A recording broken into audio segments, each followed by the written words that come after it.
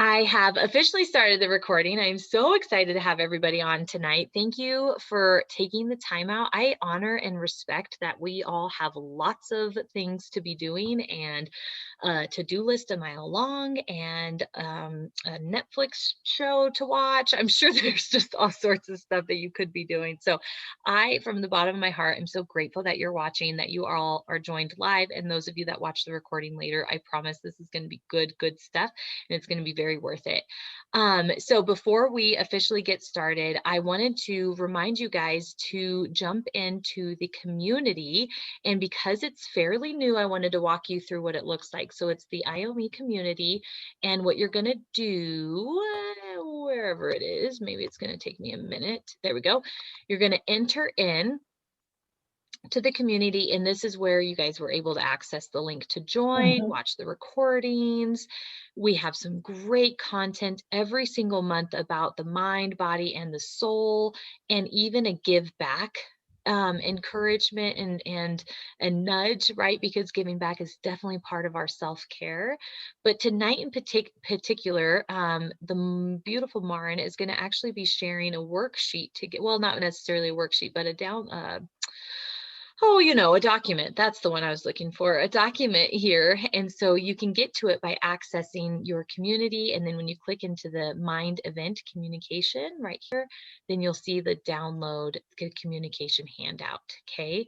So I encourage you guys, if you're able to do that right now, great. If not, you can jump into it and get it at a later time too. But that's what she's going to be referencing tonight. Okay.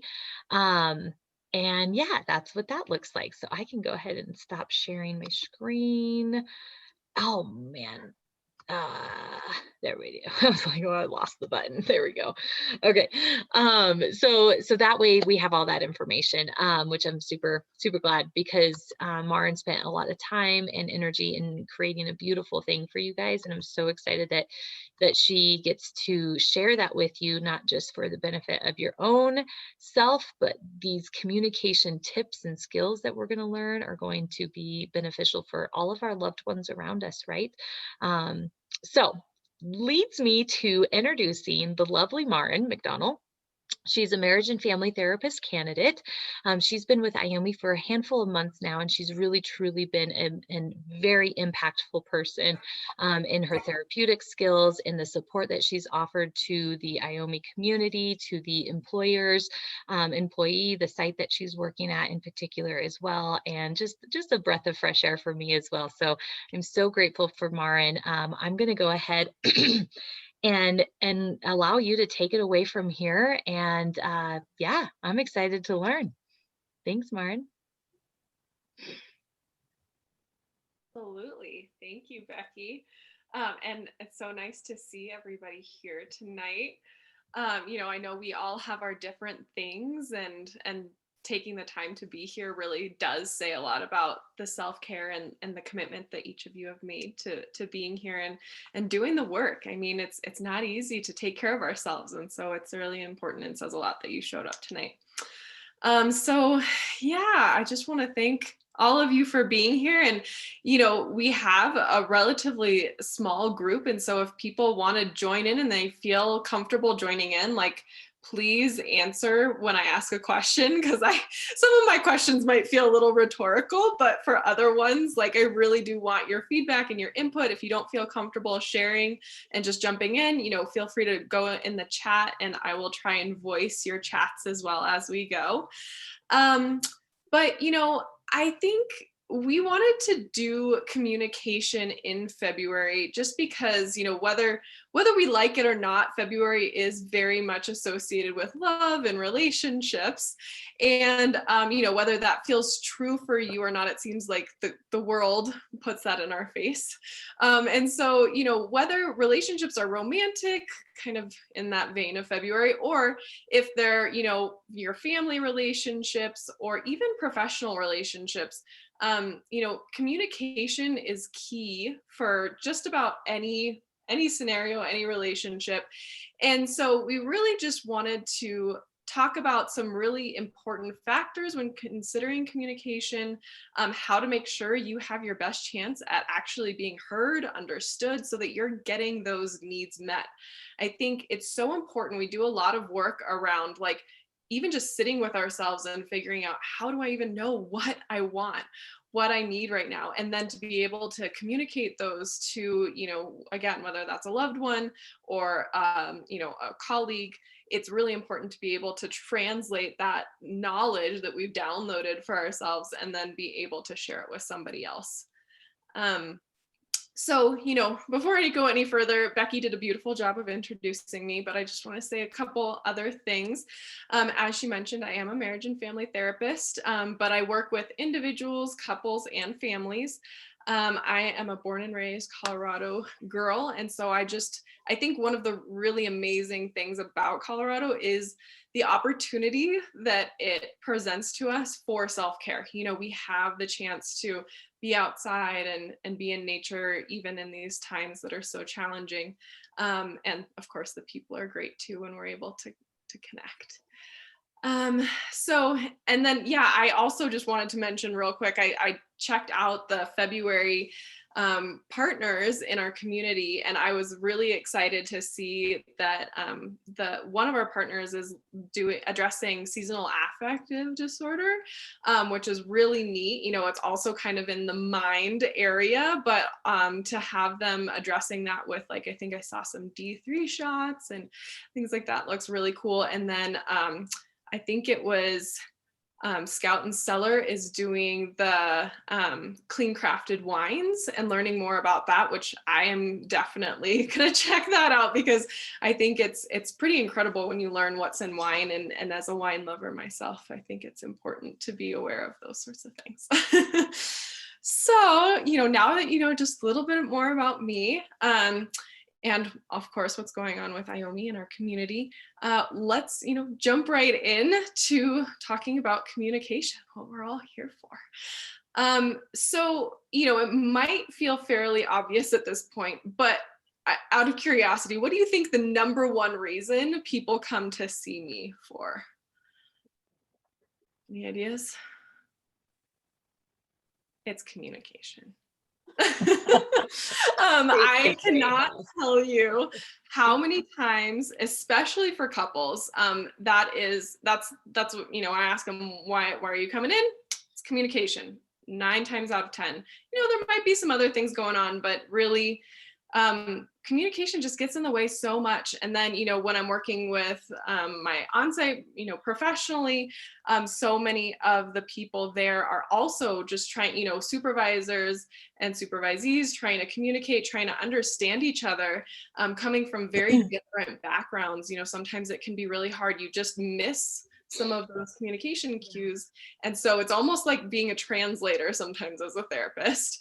And so tonight we're going to definitely work on, whether that's a partnership, whether that's a parent-child relationship, whether that, again, is a professional relationship. We're going to talk about some skills and how to make yourself a more effective communicator. So I am really curious what you all think about this, because communication is such a broad term that we kind of throw around day to day. And so when we're talking about communication, what are we even talking about? Like, what does that word even mean at this point? Without using the word as in the definition. Yeah. Right. Yeah. What do y'all think? We relay our thoughts. Good. Yep. Relaying of thoughts. Yep. So there's some sort of sending of information, right? And then maybe hopefully some receiving on the other side. So it's not just against a wall. That's not really communicating, right? Good, yeah. And so I'm also curious, like, what sort of factors do you think influences this? I would think about, like, we talked about earlier, like, do I know what I want? Do I know what I even want to communicate, right? That's number one. Can you convey it, right? Do you have the words? Sometimes we have a feeling or a need, but being able to communicate that need is very challenging. And then on the receiving side, can the person or is the person who's receiving willing to hear you? And do they understand, right? Like those are just a few things kind of on both sides that can get in the way, and why it feels so important to have this conversation, because communication is something that we do every single day. I'm doing it right now. And somehow we get blocked, we get stuck. And so, you know, I really wanted to look into why this is going on. And so, as you can see, like it's complicated. There's multiple factors. Something that's so easy, right, or natural, can still be really challenging. And so, I'm going to throw this out to the group again. What sort of things do you all see getting in the way of communication in your relationships? Again, personal, professional, all of those kinds. Fear of not being heard. Good, yes. So not even wanting to start because you don't feel like you're going to be heard, or Yep. worried that it's not going to be received well or heard. Yeah. Good. Anybody I think else? for me, when you said not knowing what to communicate or what I even need to or want to say, I think is one of my biggest detriments, and what I hear often with my clients too, but for me personally as well. Yeah, taking that moment and like recognizing what's going on for you enough to actually be able to say what you're wanting to say, and communicating that need. Yeah. Absolutely. Yeah. I think knowing what is gonna, sorry, it's late, brain is fried. I think that the knowing or suspecting what reaction I'm gonna get, Yes. and trying to, and if I know that, and just trying to avoid confrontation. Absolutely. Yeah, I think that's a really good point. Yeah. Kind of a little bit in the same vein with Pat, right? Around that anticipating what's going to happen and knowing if it's not something you want to deal with, just like, oh, it's not worth it. I'm going to back away. Yeah. Okay. I think, you know, there can be so many things, including things that I hear the most often are tone, right? We start to take things very personally when we hear a certain tone. Anybody with teenagers can probably relate to this. You know, attacking, obviously, especially if there's perceived attack. Anytime you start saying you statements, whether or not the other person's paying attention, if they're doing something else. Here's a good one. I wonder if any of you can relate to this. If you start to think about your response instead of actually listening to what the other person says, right? You're no longer actually having a conversation. You're starting your own conversation, and the other person's still on their own path. Doesn't usually go super well. I see this constantly. And then, you know, along the lines of what Pat and Chris said, you know, just that minimizing, or, you know, the reaction, right? Like it could be that you're minimized, that you're not believed, that, you know, that there's a bad reaction of some kind, is definitely prohibitive towards our communications. So, you know, why do we have these communication breakdowns? The short answer is there's a lot of different reasons, right? Like, there's no one answer for all of this. I'm sorry. I wish I could give you that. But one really important piece of this is just around our brains. Our brains are wired to protect us. And so we're going to do just a quick little activity here. So you all have hands, right? So we're going to take our hands and we're going to fold our thumbs underneath, and then we're going to fold our fingers over the top. Now you've got a brain. So this is your thinking part of your brain, or your fingers. This is the animal part of your brain. This is like the same as like an alligator, a crocodile. You might have heard it referred to as like the lizard part of your brain. I don't know. That's been getting around a little bit. And this is like the wizard part of your brain, especially for kiddos. That's how they relate to it. But this is the part of our brain that gets turned on when we feel threatened of anything. Right? So we call it like flipping your lid. So we have these great skills. We have all of our good thoughts. We know maybe we've figured out what we want to say, But then somebody says something that makes us feel really scared, or we have a big reaction to it. All of those are gone. We're just working out of here. And so this is when we're going to get like a tone, we're going to get defensive. We might start accusing people of things. We might lose all of those beautiful words we came up with. And we start saying, just going to more harsh, just not being an effective communicator, right? And so we're going to learn some different skills, but the first one is going to address how we bring these fingers back down. And then the second two are going to address, once we've got our fingers back down, though, using those skills are back on board, how we can communicate effectively. Okay. So the first one is a negotiated timeout. And I'm not sure if any of you are familiar with this before. I didn't mention it earlier, but I'm a level 2 trained Gottman therapist. And so that basically a couple of the things we're going to talk about tonight come from the Gottmans. And they're a very famous couples therapy couple, actually.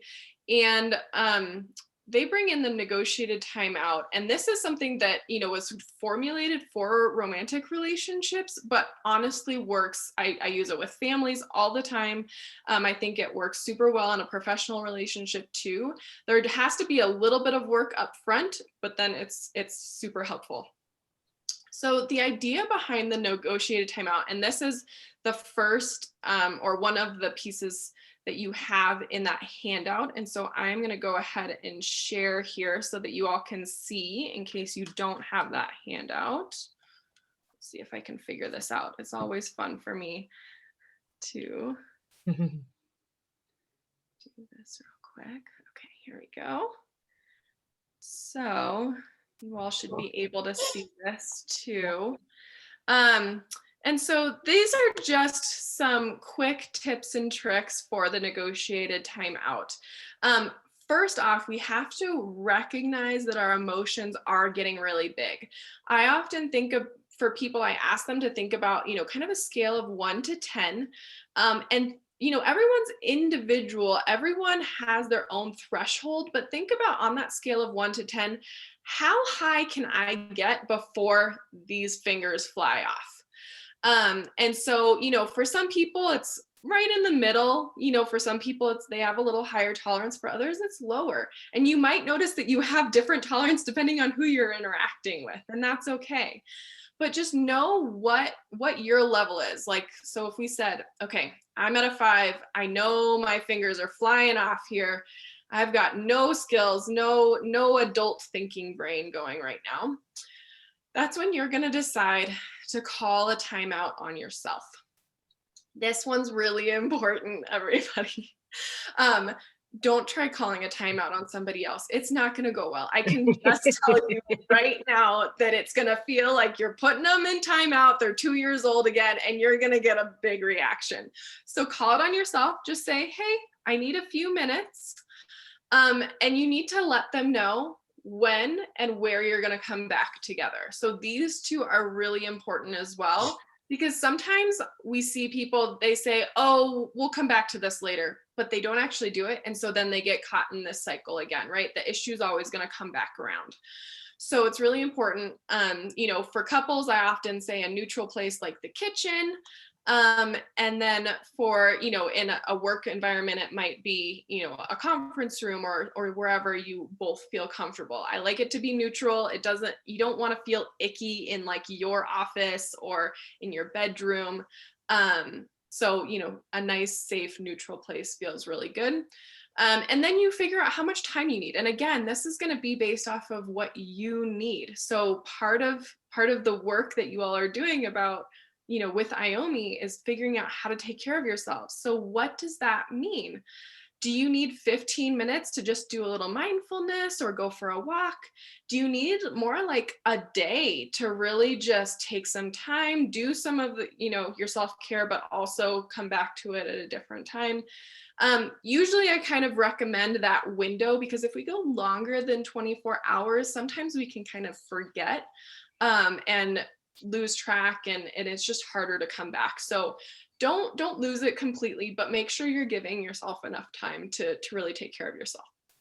The other key here is some of us are a little bit reluctant to let the other person go, right? So if somebody calls a timeout, it's really important that the other person lets you, or you let the other person go, right? There's no wait, we have to keep going here, because that's them telling you, I'm at my max. I'm not going to say good things. I'm not going to do nice things. I need time for myself.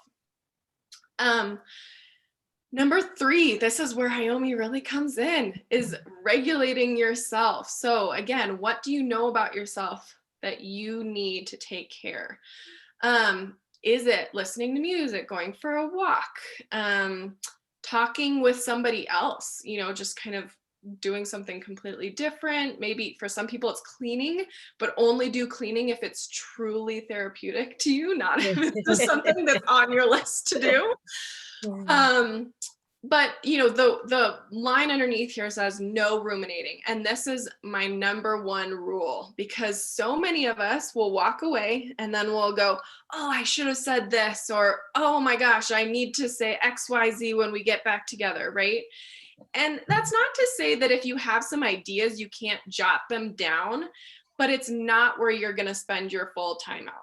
Not at all. You need to be doing those things that are actively regulating your body. So things that are bringing down your heart rate, bringing your breathing back into normal. All of those things that we recognize, like my temperature shifts a ton. That's one of the things I know about myself when I'm getting really emotional or upset. And so if I'm still feeling really cold, I know I'm not ready to go back into a conversation. And you can always call a second timeout. So, this number 4 is come back together, try again. But if you notice that immediately your fingers pop up again, you can say, nope, sorry, I lied. I need more time.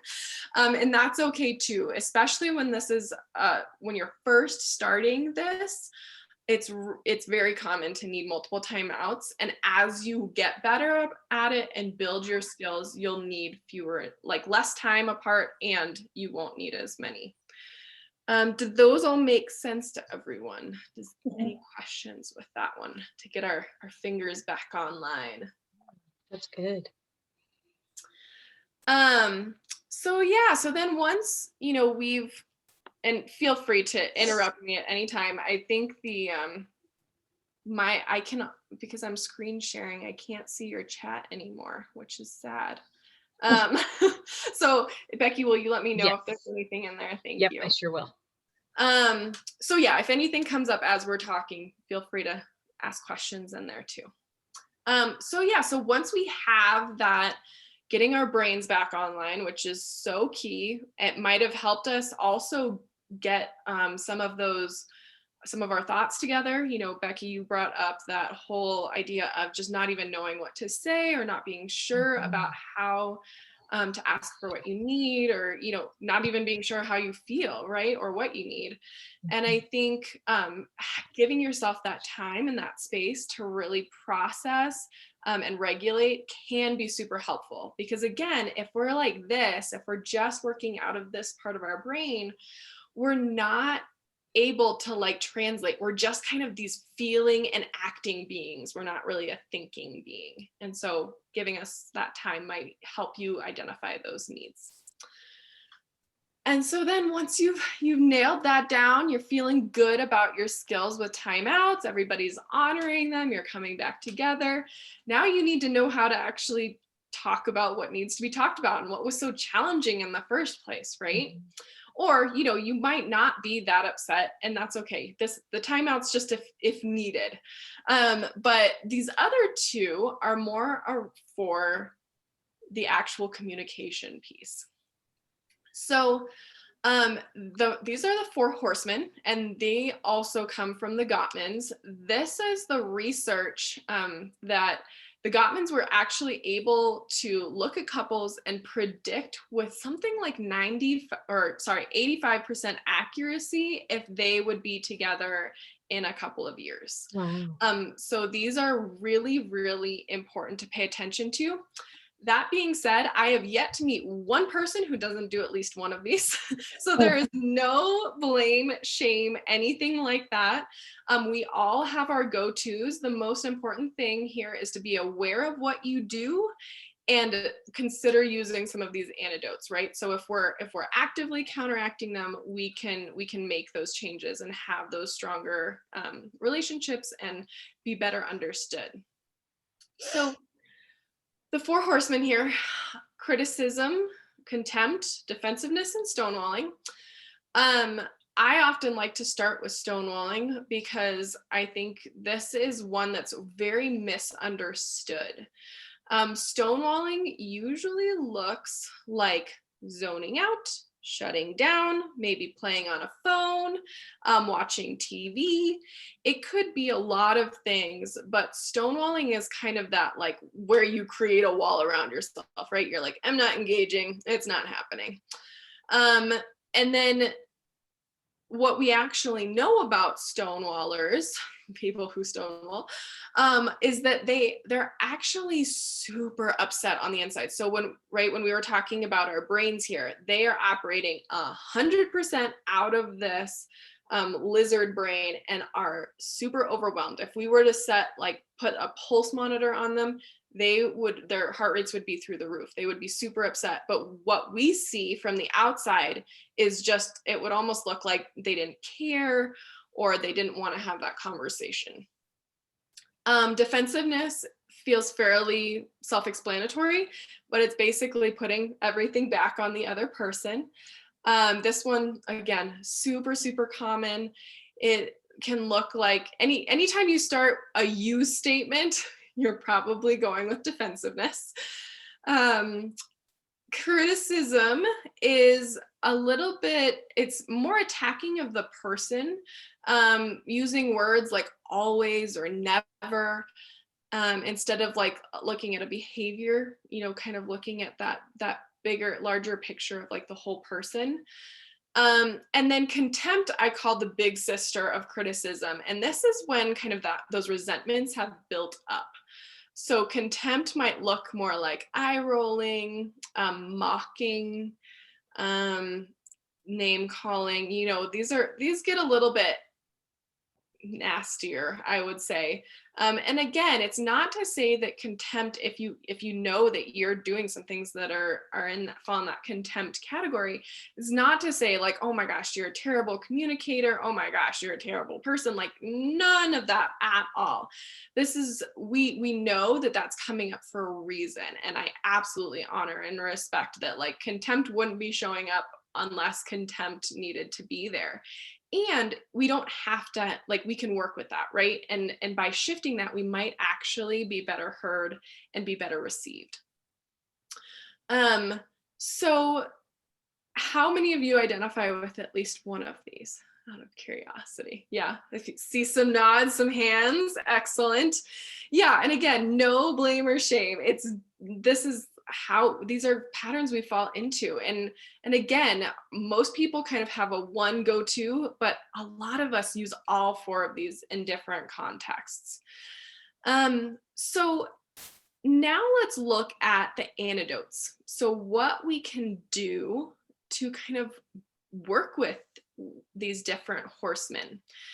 And so with stonewalling, it's actually that relaxation. So doing things like the negotiated timeout is critical for people who are engaging in stonewalling. And it's tricky because they need to recognize when they're shutting down, or as a partner or or a coworker or whatever, when you notice them shut down, that's when you should call the timeout on yourself. Say, hey, you know what? I feel like we need a couple minutes, but I want to come back to this conversation, right? So they're needing that progressive relaxation, or just that time to take care of themselves.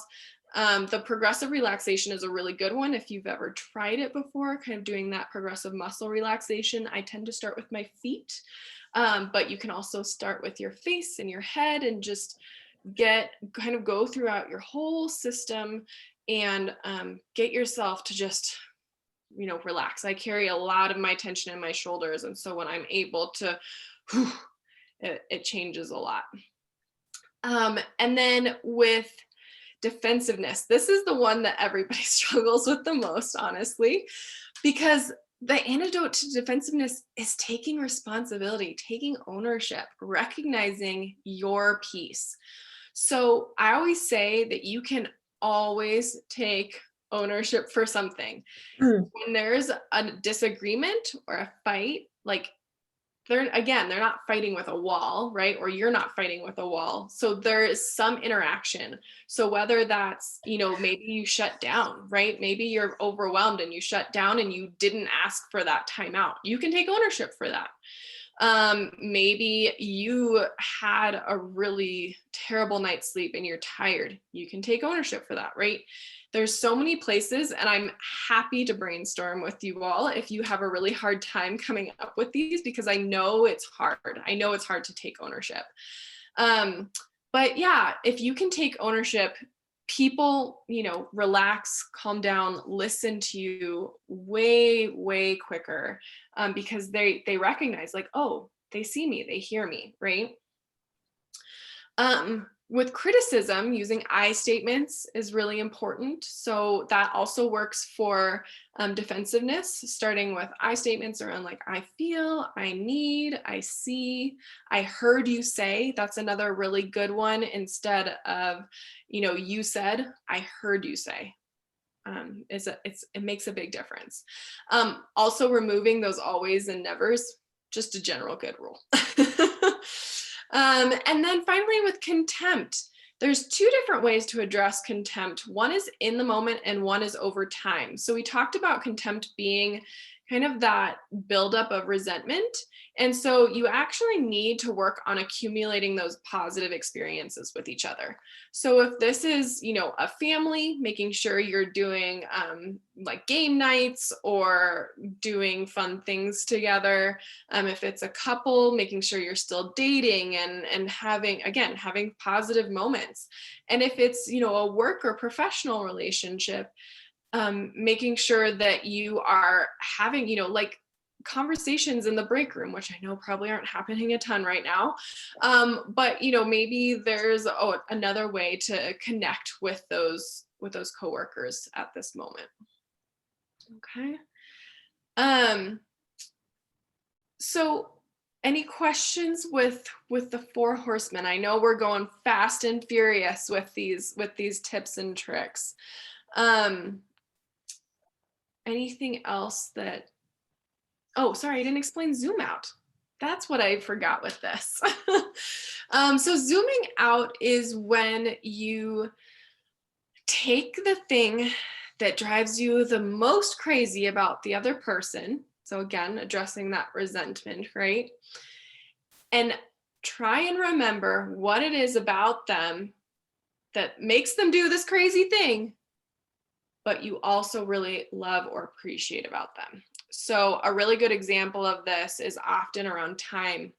I can't tell you how many times, whether with professionals I work with, coworkers I work with, or, couples, they'll say, this person is never on time. And, the second they're late, I am just already through the roof. And so to be able to go, okay, so what is it about them that often makes them late, but you also really love or appreciate about them?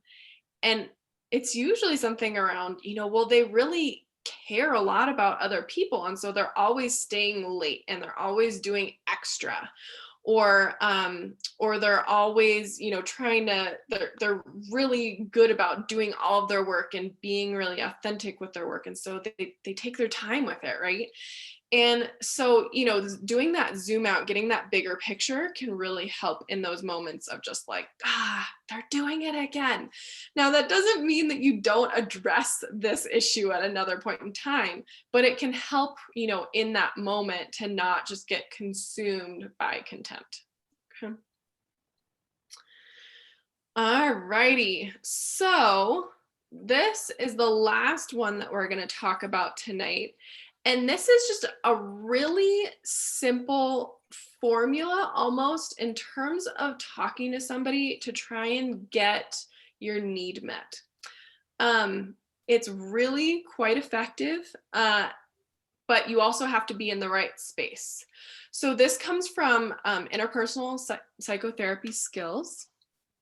And it is, again, it's a formula. It's really quite simple, but it can be hard to work with the words. And so again, this is something I work with a lot of clients on, to just find the right words, because as a therapist, again, translator some of the time.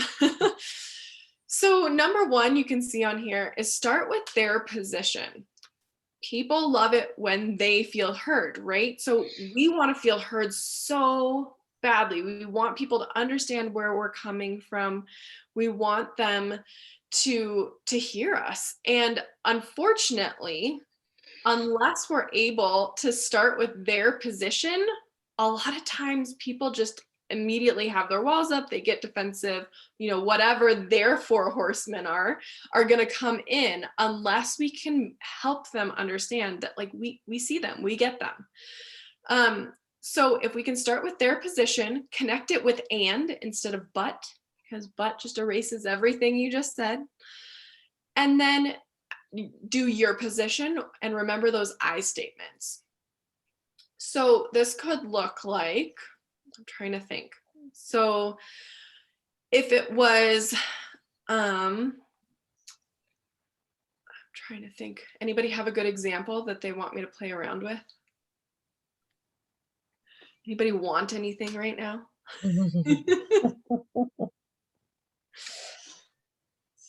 Like an example of when we're struggling to communicate with somebody? Yeah, or even just an example of a want or a need that you want to express, but you're not sure how to go about it. How about, I'll give an example around Valentine's Day because it's coming up. So if you wanted to, spend Valentine's Day with your significant other, but they had plans with their family, right? Okay. So maybe their position, you start with their position, you say, hey, honey, I understand that you really want to spend a lot of time with your family. Maybe this is the only time you feel like you can really spend with them. And it's been a while since I misspelled position. Staring at it and seeing it for the first time. But yeah, I know that it's really important to you, really want to spend time with them, that you're really close to your family, and it's important that we spend time with them. Absolutely. And I'm feeling like we would really benefit from spending some time together on Valentine's Day. I feel like I'm feeling like I've been working a lot, and I just really want to connect with you and have that time with you. So out of curiosity, other than my squirrel moment, how did that feel to everyone? Good. Yeah. Okay. And I think, again, it can be hard to find the words, and it can be hard to get that outsider's perspective, like bringing in the empathy and compassion for the other person, especially if it's something that you're kind of deadlocked on. So it might be helpful to get, an outsider's perspective to try and like workshop that a little bit. But two other things to consider here, and they're on the bottom. Striking when the iron is cold. So when are they going to be at their best? If they're not morning people, don't go in and talk to your boss at 8 a.m. when you first get there about this big issue, right? Wait until maybe lunch when they're happy and they're eating. Or thinking about how you're coming in as well. If you're not a morning person, maybe you don't want to have this conversation early in the morning, or, if you're coming in super jittery or upset, maybe it's time to just take a few minutes for yourself before you come into this conversation, because how you present is going to hugely impact how it's received as well. That's good. So any questions with this one? Again, it's pretty simple, but I like it because it's simple and fairly easy to remember. Any other thoughts? No? No, that's good. Okay. So I am curious here. I'm going to switch back over to all of your lovely faces. So I am curious here, you know, what did you notice about these different, you know, skills, these different pieces? Any common themes or anything come up for you all as we were going through them? I know that I statements are very hard. It's easier to, the you statements are easier because I think it takes the responsibility off. It would, you know, like if I were making the statements and I went for the you, then I'm taking the responsibility away from me. So, you know, and that's something that, you know, I've had to work on lately. I've had to just kind of pull back and think. So it's like I have to think before I speak. You know, which is very hard because I don't think people are like that in general. It's harder way to communicate. So that really takes skill. It And does. that's what I found, you know.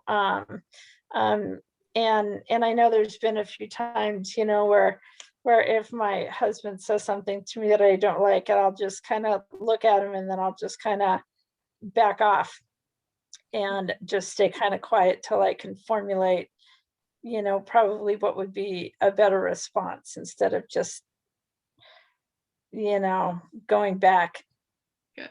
at him right away, which sounds weird, but that's what I find, you know, lately that I have to do is I have to take a couple steps back and then I can formulate those I statements. Definitely. And that makes perfect sense to me because again, right, when he first said that thing, I'm guessing you're right here, right? And so you have to work to get those fingers back on to come up with that I statement because you're right, you can't use skills until you have your thinking brain back on. So that makes perfect sense. And it's also really says a lot that you're able to intervene right there too, you know, to be able to stop ourselves from having that impulsive reaction is really challenging. And so, you know, great job with that, because I think that's honestly one of the first things to figure out, right? Along those lines of the negotiated timeout is figuring out how upset am I and do I need to take this time or am I able to keep this conversation going? Yep. I appreciate that you said, and I try to recognize it, is the always and never and but. Putting those words in. And it makes me think sometime a long time ago, I heard someone say, like, you can't say I'm sorry and then follow up with an excuse. And to me, that's what like those words do is they, like you said, erase everything that you just said. Yep.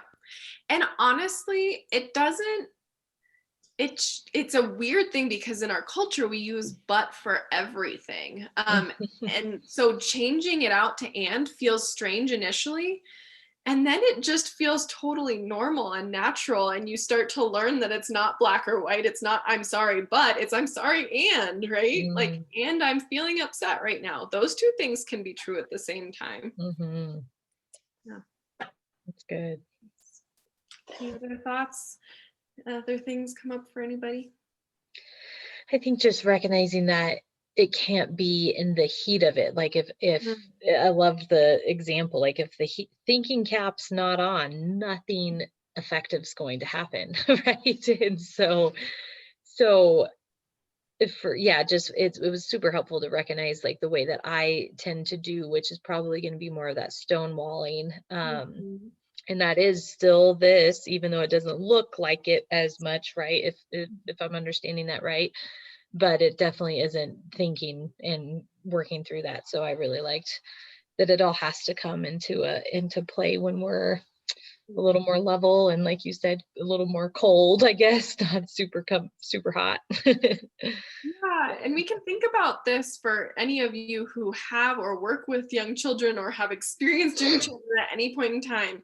if they are in the middle of a meltdown and we try and get them to recognize what they have done, oh, it's not going to go well, right? Like they are just going to keep being in that meltdown. We need to connect with them, get their, their whole systems regulated before we can have that whole, okay, like what do you need? What, and then maybe there's a repair that happens with their friend, that the meltdown was about. But yeah, when they're like this, there's nothing that you're going to be able to do until you get them regulated and back online. Yeah. Yeah. And we forget that adults are the same way. Ultimately, we are just large children. We have better impulse control. We have better skills. But ultimately, when we're threatened, we're still going to go in and then we just have better fighting skills, honestly. That's so true. Yeah, that's good. Well, I thank all of you for, participating today. And I know that, again, I know this is fast and furious and just thrown at you, but my hope is that, you can start here, take a look at some of the things that we talked about today and really see where, that individual work needs to happen. Is it around, even recognizing that you need some time to regulate to be able to use these skills? Is it around, figuring out what that regulation means with the self-care and probably why all of you are here? Is it around, the way you're communicating, and do you need to address that so that you can be heard and actually get what you need? Or is it around like how you're asking for those needs to be met and if people are able to receive them and hear you?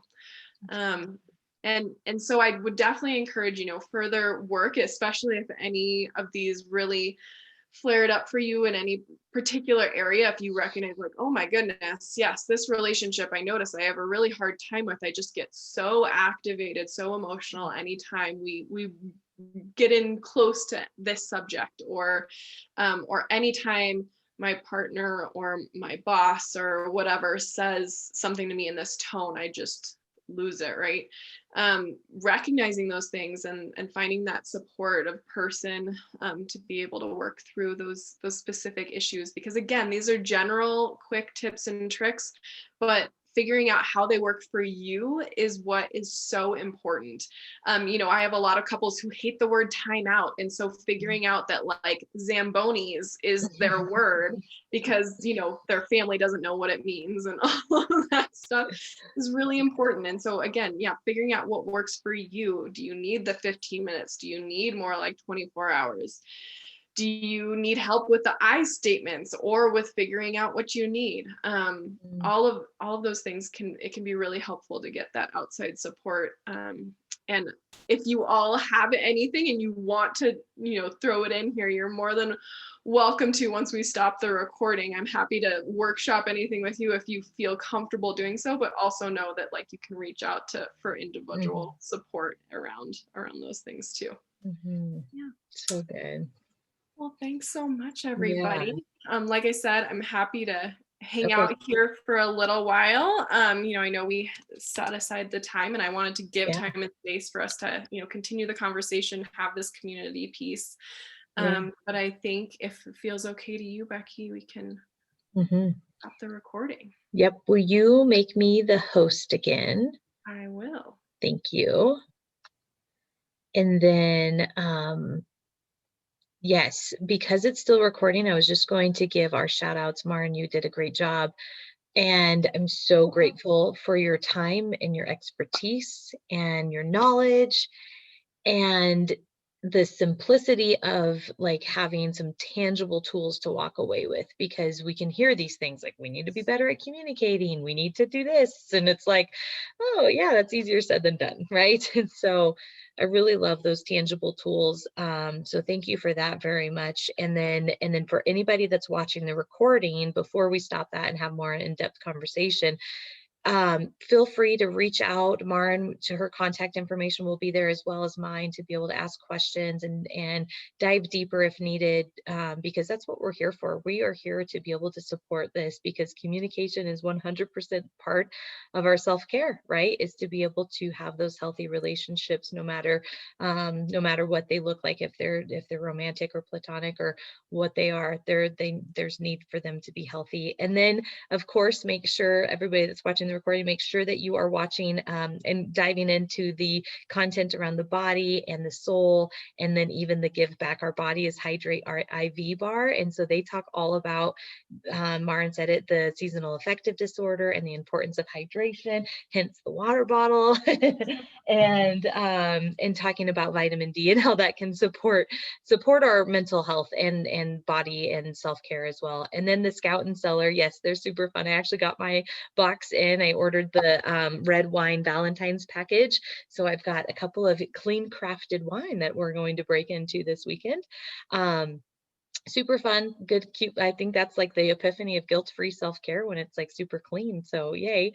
And then the give back, just so you guys know that are new, that is just, it doesn't matter what it is. We're partnered with Foco Cafe, and it's a nonprofit restaurant in Fort Collins. They're fabulous. They do such great, it's just a pay what you can space.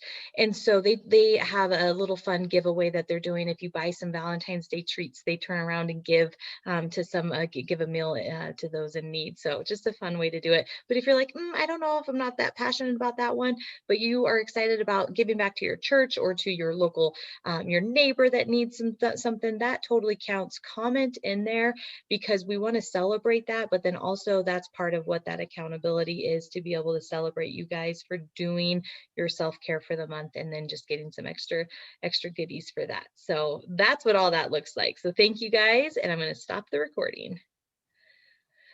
Where's the button? Hang on. Usually it's like right there. Here. Okay.